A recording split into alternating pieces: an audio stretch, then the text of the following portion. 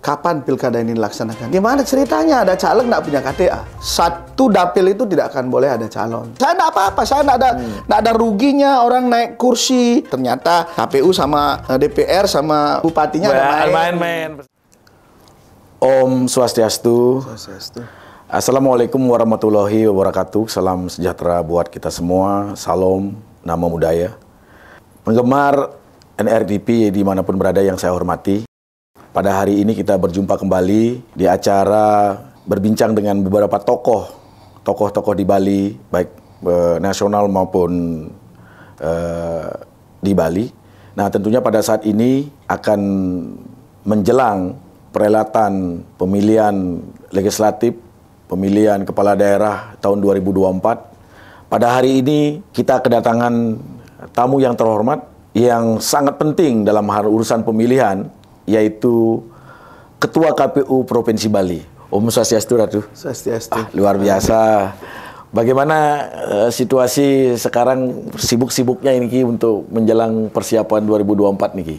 Ya, jadi memang kita di KPU itu memang tidak ada jedanya ini ya.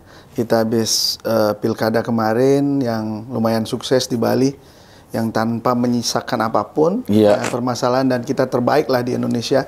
Karena ada 6 kabupaten kota yang pilkada sama sekali nggak ada gugatan dari awal sampai terakhir.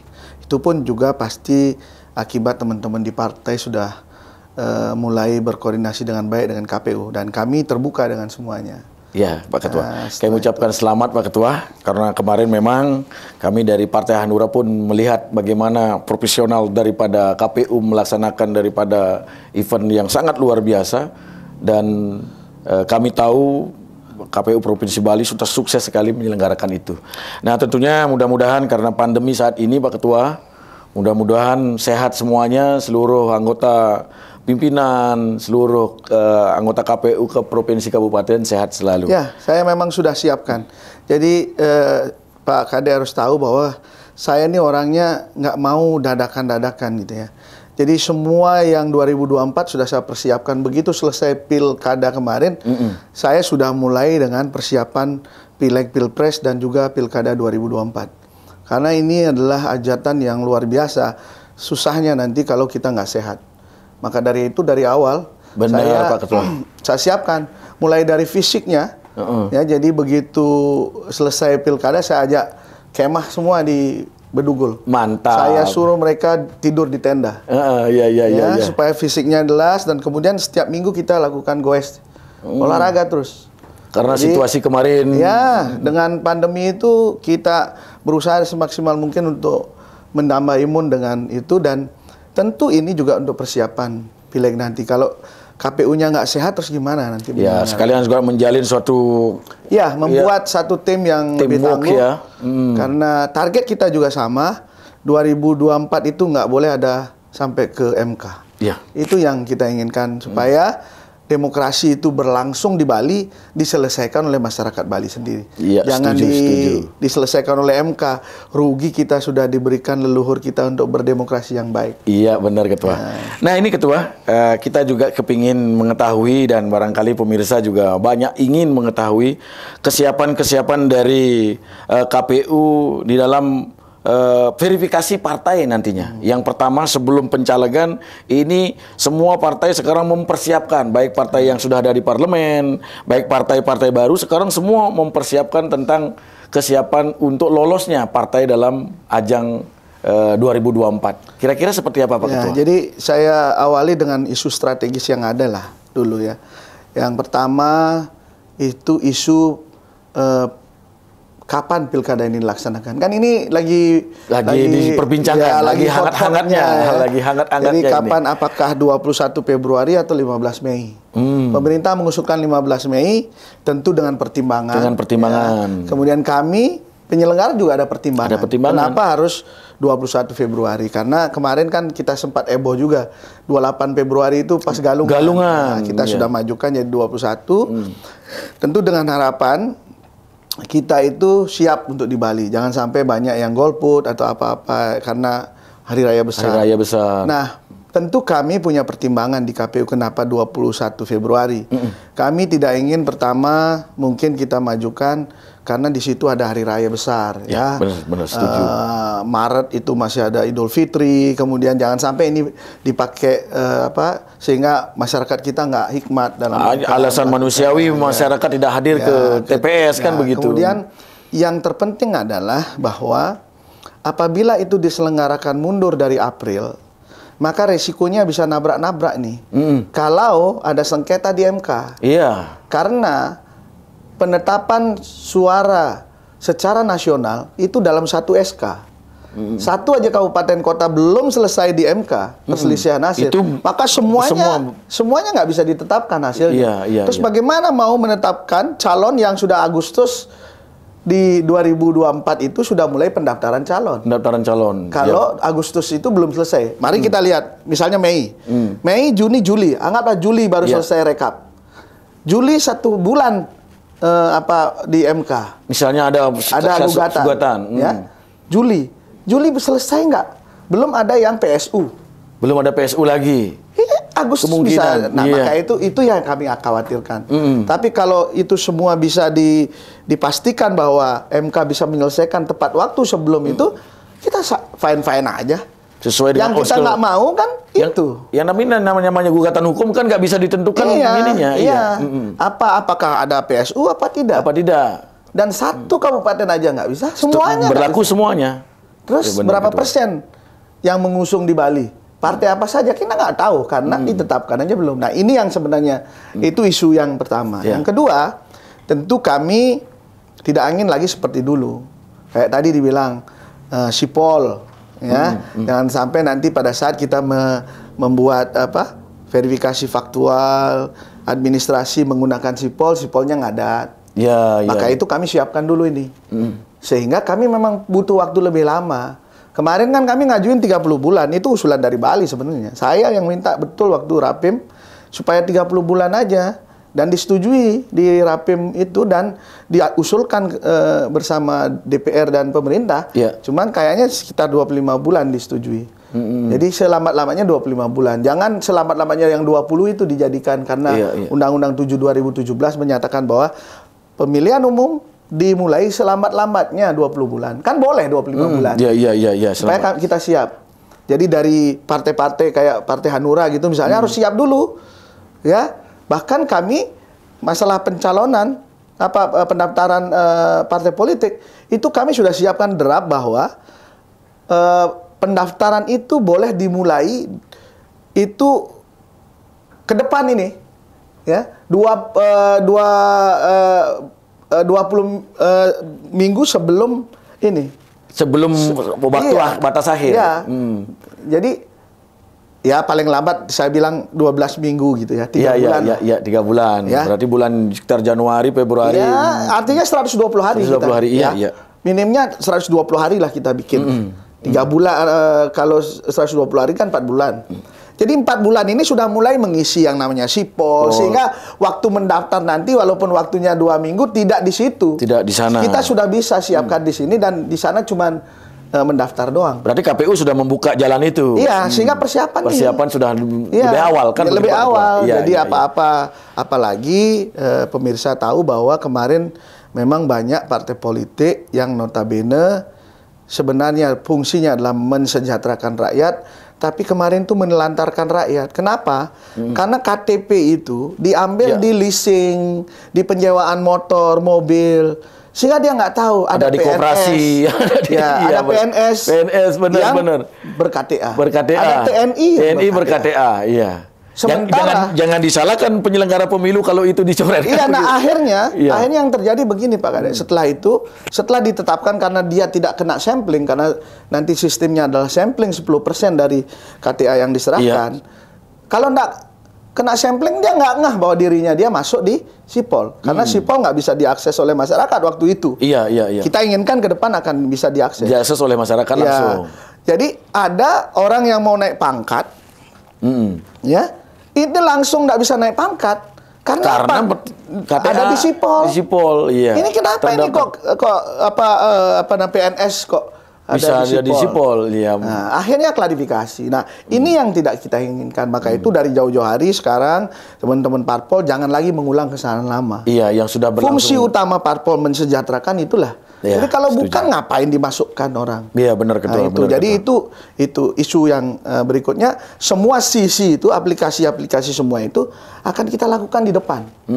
Trialnya di depan, ada Sirekap yang terakhir kemarin waktu pilkada kita sudah mulai lakukan dalam rangka transparansi kita terhadap hasil supaya tidak ada lagi yang rangkap 10 bikin rangkap 11 karena partainya jumlahnya banyak. Sehingga dengan Sirekap diupload kemudian dimasukkan ke sistem dan itu akan menjadi berita acara dan sertifikat. Sudah memudahkan semua untuk mengontrol bahwa tidak ada satupun sekarang yang bilang bahwa pemilu itu ada apa-apanya. Iya, benar. Tapi pemilu itu apa adanya. Apa adanya. Di lapangan ya begitu ya, semua begitu. Iya, siap. Betul. Itu. Jadi itu yang kedua. Yang ketiga adalah kami melakukan pemutahiran data pemilih berkelanjutan.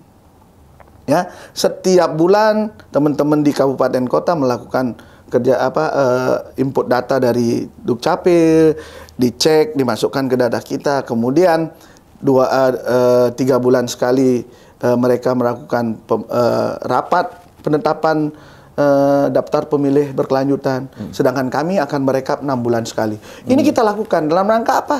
Memutakhirkan data pemilih. Jangan sampai ya, karena kita udah pengalaman nih. Hampir 60.000 loh kemarin waktu pilkada kita ban datanya. Ini karena orangnya nggak ada di Bali. Orangnya nggak ada di Bali, nggak dikenal, sudah meninggal double 60.000. Ya. Bayangkan. Ini saya dorong kemarin makanya. Satu kursi parlemen itu, Ketua. Maka itu saya bilang, kita harus betul-betul. Saya itu dari mulai jadi KPU, itu concern saya memang di data pemilih. Di Bangli juga, banyak yang belum EKTP, saya dorong dengan Babinsa, Babin Kamtibmas, dengan program kejar EKTP, kelopkan dan jaring kita sudah memperbaiki dulu. Tapi di kabupaten lain kemarin, Badung aja 40.000 loh, lebih. Ya. Sedangkan dia sekarang jumlah penduduknya anggaplah 517.000. Kalau ini mau naik kursi, apa mungkin nih 40.000 ini terus nggak ada orangnya? Iya, gimana caranya? Nah, saya pikir ini kan biar masyarakat itu nggak menyalahin KPU besok. Iya. Walaupun aturannya sebenarnya DAK 2 yang dikeluarkan oleh Dukcapil, Kemen Dukcapil yang di RI, itu yang dipakai acuan untuk menambah ataupun tetap kursinya. Tetapi saya harus sampaikan dulu ke masyarakat. Saya sampaikan dulu kepada teman-teman di Badung, teman-teman di DPR. Ini loh ada data begini, terus gimana ceritanya? Mau naik, terus kalau besok rakyatnya setelah dinaikkan kursinya, terus begitu pemilihnya kita lihat orangnya, masih 60.000 hilang. Gimana caranya untuk mendapatkan kursi itu? Iya, nah artinya kita mau nggak dicap bahwa ternyata KPU sama DPR sama ada bupatinya ada main-main. Maka itu saya sampaikan. Terserah sekarang. Dukcapil mau kreatif atau enggak? Nah, itunya peran partai politik di sanalah kepada masyarakat untuk sekarang data ya, maka itu saya enggak apa-apa, saya enggak ada ruginya orang naik kursi di Badung, mungkin di kabupaten lain juga dua kabupaten nih yang rencananya tambah kursi, Gianyar lagi 5 kursi dan di Badung lagi 5 kursi. Tapi yang penting masyarakat tahu bahwa memang betul mereka harus naik. Itu aja. Karena datanya yang valid gitu loh, jangan menambah kursi. Karena Pak ada tahu kan kemarin data vaksin aja mintanya ke kita. KPU yang diminta. Data vaksinasi itu mintanya di KPU. Karena kami yang termutakhir. Karena terus continue. Ya, karena kita perbaiki. Nah, itu kemudian tentu setelah itu baru kita mencoba untuk berbuat sesuatu. Kami pun ingin dapil itu diperbaiki, silahkanlah ya. Kalau di Gianyar mau merubah, saya setuju. Kalau di Gianyar saya udah lihat datanya, walaupun hanya 501.000, tapi saya lihat datanya nggak melonjak-lonjak. Karena kemarin saya sudah cek betul dan ke Dukcapil juga di RI, ternyata memang ini. Tapi nanti kita lihat juga. Kalau hitung-hitungan hari bulannya ini kira-kira pendaftaran di partai politik di bulan apa? Ya, kalau disetujui Februari maka saya pastikan itu sudah di bulan April sudah mulai kita melakukan pemutahiran mulai masukkan ke Sipol, Sipol dan lain sebagainya. Dan nanti rencananya sekitar bulan Agustus baru mulai pendaftaran. Ya, jadi kalau disetujui Februari, nanti kalau disetujui April, Mei ya mundur lagi. Tapi yang jelas buat kami siapkan. Sudah siap kami siapkan. Semua sudah siap. Regulasinya masih sama.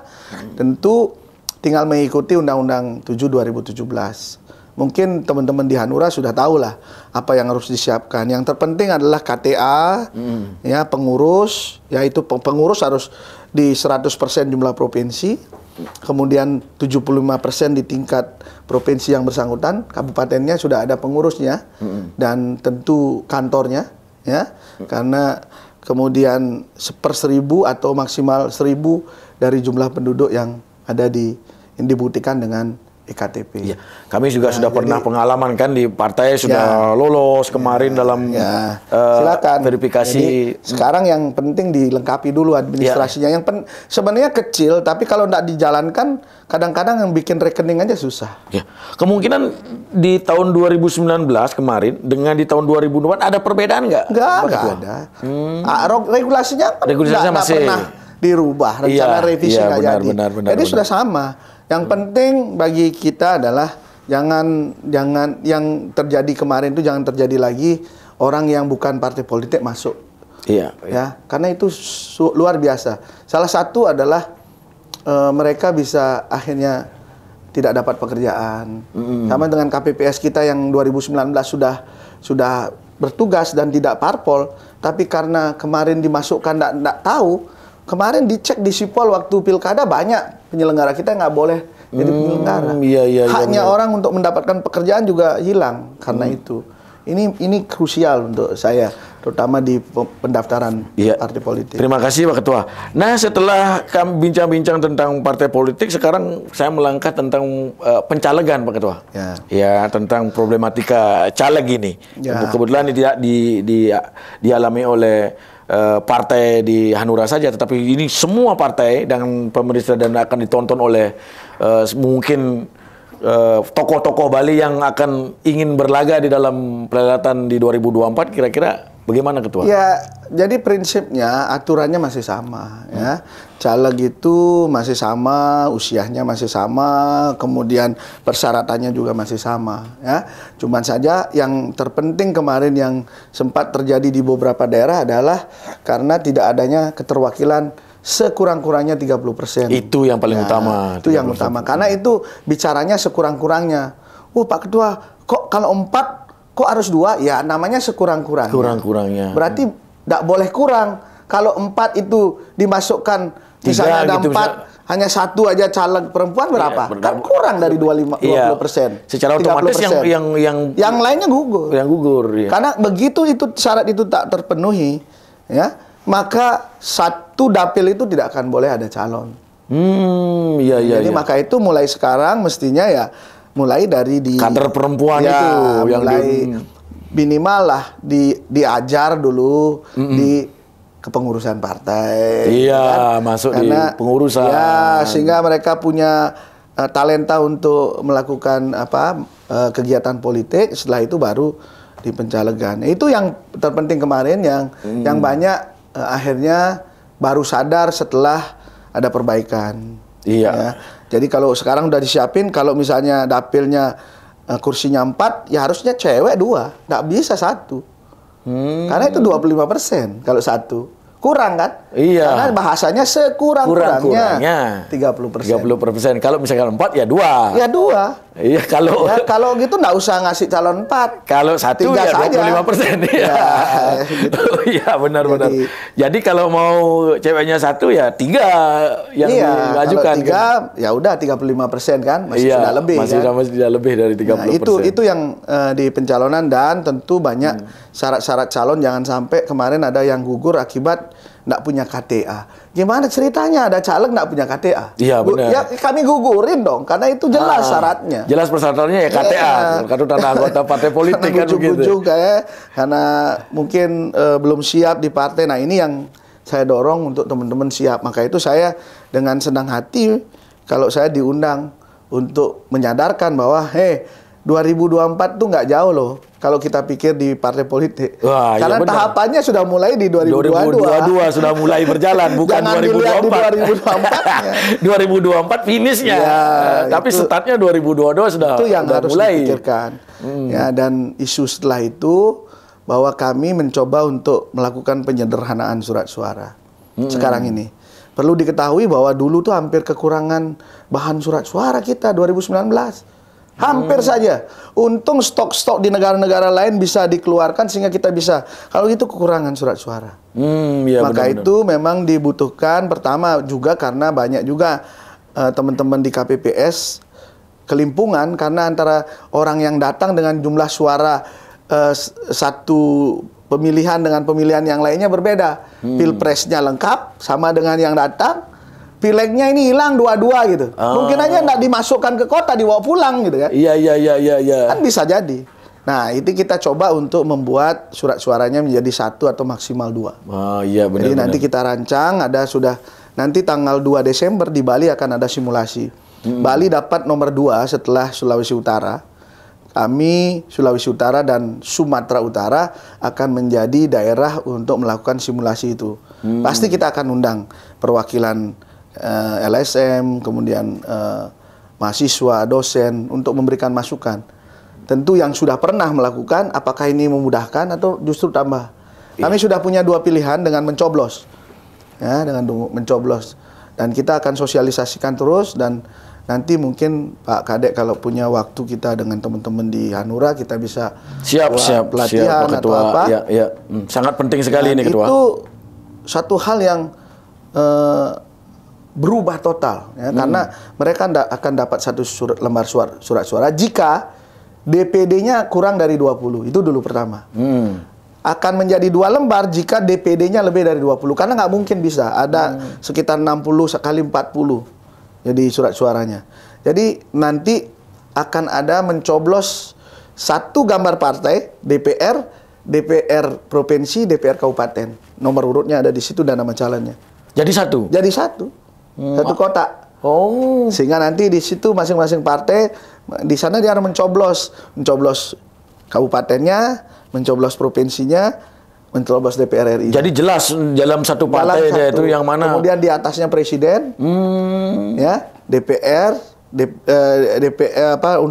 DPR dan DPRD kabupaten provinsi, dan di bawahnya ada DPD. Wah, kalau itu diterapkan nggak tambah besar kertas suara? Memang 60 kali 40. 60 kali 40. Ya, enggak terlalu besar. 60 cm kali 40 cm. Sehingga hanya 1 surat suaranya. Ya, tidak lagi ada warna ini, warna ini sudah ada di situ. Kalau yang itu gimana isu yang bagus ini? Iya, makanya ini akan kita lakukan. Jadi nanti kita lihat. Ini kan masih dalam riset ya. Masih kita teliti berapa menit sehingga nanti saya bisa memastikan berapa orang per TPS dengan pandemi, dengan tidak pandemi berapa.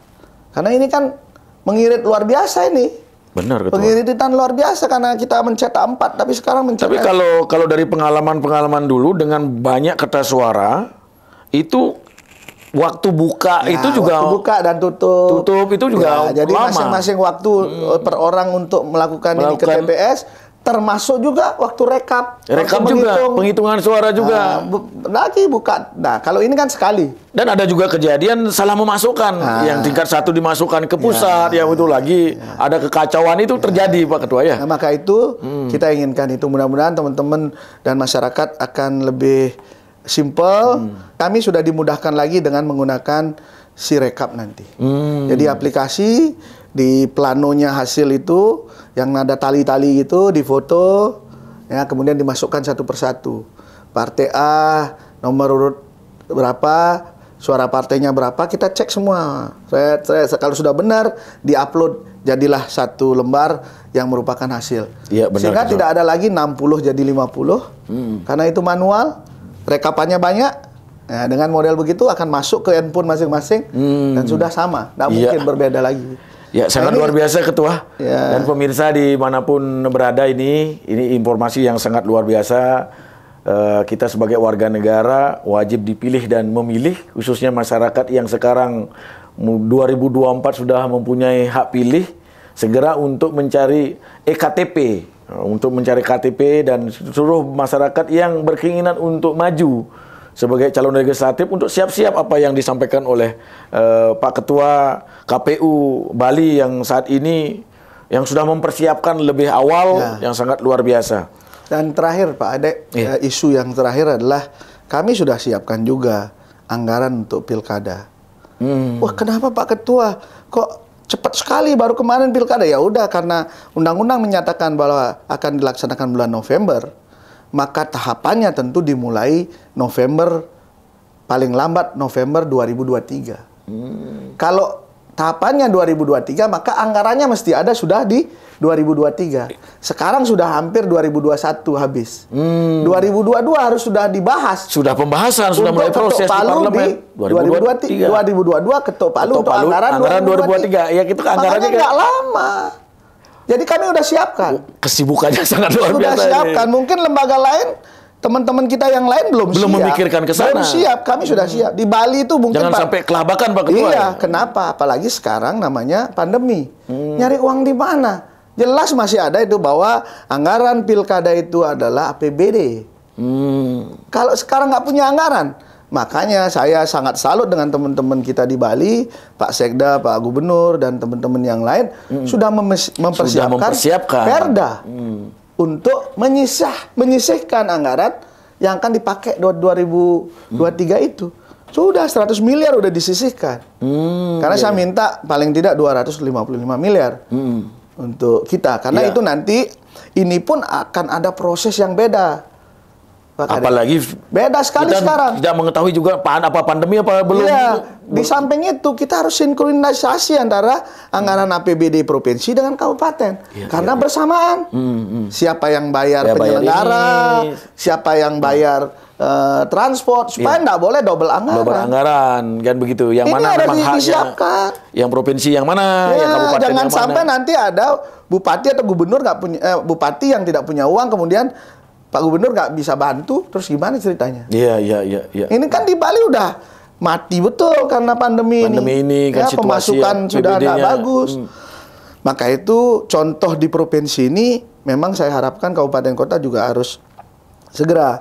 Dan besok tanggal 28 saya akan finalkan di provinsi tentang anggaran-anggaran itu. Besok kami ada rapat dengan kabupaten kota, semuanya harus final.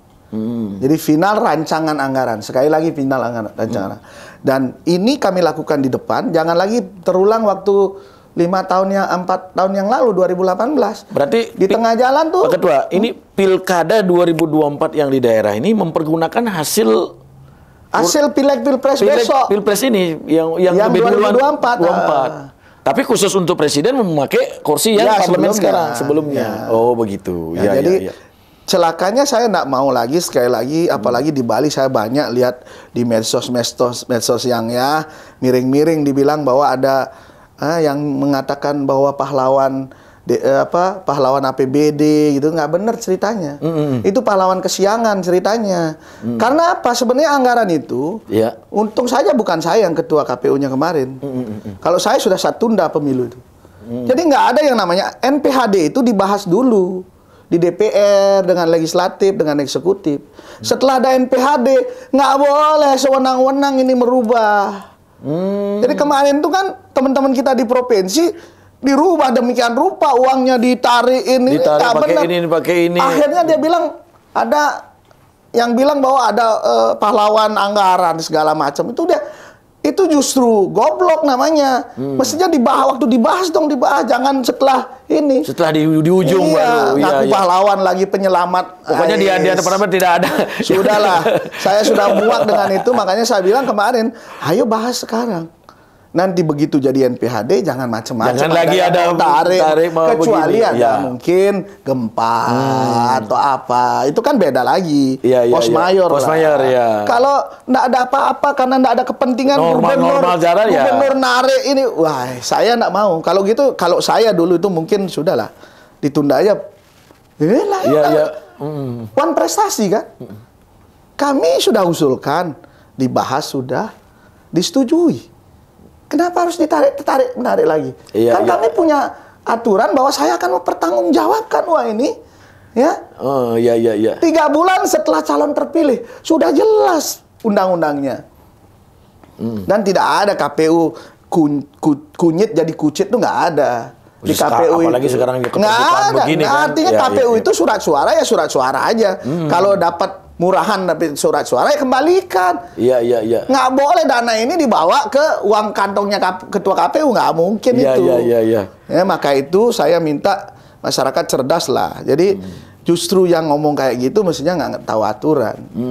Jadi saya lihat the ways, bahkan ada media-media mainstream memberitakan kayak gitu. Ya, kesempatan lah di sini Pak Ketua menyampaikan ini kayaknya kan. Ya. artinya kajiannya yang nah ini, dan saya berharap teman-teman partai ke KPU lah nanyanya.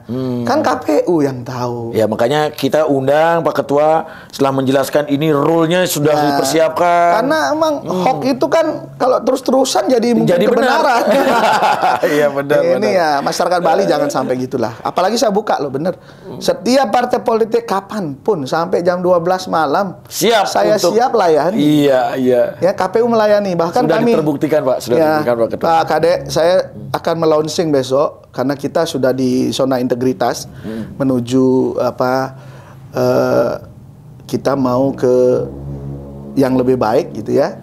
Itu kami udah siapkan besok launching bahwa KPU melayani less than 30 menit. Kalau teman-teman mau data apapun ke KPU, kami akan bisa layani kurang dari 30 menit. Mantap. Itu akan kita launching. Mantap, Ketua. Jadi mantap. nggak ada lagi dan no bayar, nggak ada 1 rupiah pun bayar ke KPU. Saya akan buktikan itu. Iya, siap, Ketua. Ya, maka itu inilah yang kita sudah siapkan Jadi kalau di Bali. kembali ke pilkada, Pak Ketua. Pilkada berarti 2024 serentak 9 kabupaten, Pak. Iya, sama provinsi, Sama provinsi. seluruh Indonesia. Jadi yang sudah berakhir masa jabatannya ini PJ. PJ ya? Ya, salah satunya yang paling dulu adalah Buleleng. Buleleng PJ. Agustus 2022 PJ. PJ. Setelah itu Gianyar. menyusul Bali, Bali. Gianyar, dan Kelungkung. Wah, panas-panas sekali ini. Iya, kalau nanti ada situasinya. PJ sampai 2025 setelah pelantikan baru selesai. Dan yang 6 kabupaten kota kemarin ini mereka akan mulai cuti setelah kampanye. Ya, ya, Ya, cuti, setelah itu dia kembali masih bisa menjabat setelah pemilihan, Setelah pemilihan. setelah kampanye berakhir. Jadi mulai masa tenang sudah boleh lagi. Jadi mereka cuti kalau mereka ikut lagi. Iya, iya, iya, Pak Ya. Ketua. Kalau enggak ya berarti Aduh, kalau saya mendengar bagaimana kesibukannya Pak Ketua ini untuk mempersiapkan ini, ya, betul Pak Kadek. Kalau mungkin teman-teman luar biasa ini. di Hanura mau ngecek impitan antara pemilu legislatif dengan pilkada, kalau itu ditaruh di bulan Mei, Wah, Ngeri. ngeri sekali. ngeri. Tapi kalau memang pemerintah sudah mau dan yakin bisa, kami siap. Kenapa bilang nggak siap? Kami kan penyelenggara undang-undang. Tapi begitu nanti ada masalah, Ada jangan masalah. KPU. Jangan salahkan KPU. Nah, Karena pemerintah itu. yang Makanya terlalu makanya Iya. itu undang-undang kan memberikan kewenangan pada KPU. Sebenarnya kalau KPU mau tutup mata kan nggak benar juga. Dengarlah masukan dari siapa gitu. Tapi kalau kewenangannya di KPU, KPU yang akan mutusin. Sekarang Karena yang- kalau nggak terjadi, KPU jadi kan bisa sebenarnya yang menyelenggarakan ini seperti apa sih, karena dia melaksanakan kan Iya. Ketua kan melaksanakan penyelenggaraan ini perlu juga didengarkan oleh pemerintah. ya, jadi karena memang hari dan tanggal pemungutan suara itu ditentukan oleh KPU, bukan oleh pemerintah. Pemerintah boleh nyaranin, kami akan tetapkan. Tetapi tentu mendengarkan semuanya. Ya, jadi bagi kita kapanpun itu, sepanjang memang semuanya taat terhadap kesepakatan-kesepakatan politik ya, walaupun undang-undangnya belum dirubah. Kalau di Indonesia ini kan sering pakai kesepakatan. Ya. Undang-undang yang paling sering direvisi adalah undang-undang pemilu. Dan kita kalau sudah sepakat ya udah, Iya, kami iya, siap. iya, iya. Apanya yang tidak kami siap? Kami punya semua. Apalagi sekarang SDM kita di KPU sudah mulai tanggal 5 November ini nggak ada lagi pegawai yang dari luar KPU. Semuanya orang KPU. Tidak akan ditarik-tarik lagi oleh bupati, gubernur dan lain sebagainya. Jadi kami independen betul. Siap, Ya, siap. maka itu memang di Bali saya berharap teman-teman tidak ada lagi yang ngomong duluan tanpa berbekal informasi yang jelas yang kita buat. Ya, begitulah sekarang kebebasan di media sosial ini, kawan-kawan. Kalau ingin mengetahui tentang informasi KPU yang baik dan benar, ya masuk webnya KPU. Masuk webnya KPU. Kalau ingin tahu juga beritanya langsung ke kantor KPU juga bisa. Ya, silakan. Kami terima, betul, karena sebenarnya kantor KPU itu rumah rakyat. Kami itu tidak bertanggung jawab kepada presiden, tidak bertanggung jawab ke DPR. Kami bertanggung jawab kepada rakyat. Karena penyelenggara. Iya. Lewat apa? Lewat kinerja yang kami berikan. Baik, tidak ada suatu permasalahan. Ya, kalaupun ada 1-2 orang yang ada masalah, ya itu wajar lah. Dan sudah ada jalurnya kan gitu. Kurva normal itu wajar. Ya, Ketua. Nggak boleh Pak baru 1 akhirnya dipukul rata semua, kan nggak boleh gitu. Ya, sangat luar biasa pemirsa NRTP dimanapun berada. Bapak Ketua KPU Pak Dartawan luar biasa mempersiapkan ini semua. Dan tentunya ada beberapa kesimpulan tadi yang sudah disampaikan. Ya, zaman sekarang dengan teknologi kebebasan, jangan terus menjadi penyebar hoaks, penyebar kebohongan yang akan menjadi kebenaran jika semua menyebarkan berita hoaks itu kan, begitu Pak Ketua. Tentunya apa yang disampaikan Pak Ketua sangat luar biasa. Kami dari partai politik sangat mengucapkan terima kasih kinerja KPU Bali yang sudah mempersiapkan secara luar biasa di 2024 nanti. Mudah-mudahan Pak Ketua bersama seluruh anggota KPU baik provinsi maupun kabupaten sehat dan tetap istirahat Pak Ketua. Ya. Habis ini kegiatannya kemana lagi ini, tur-tur ini semua terus? Ya, emang kita ajak untuk mereka tetap menjaga kesehatan. Saya sering ngajak goes, main pingpong, main apapun yang penting olahraga.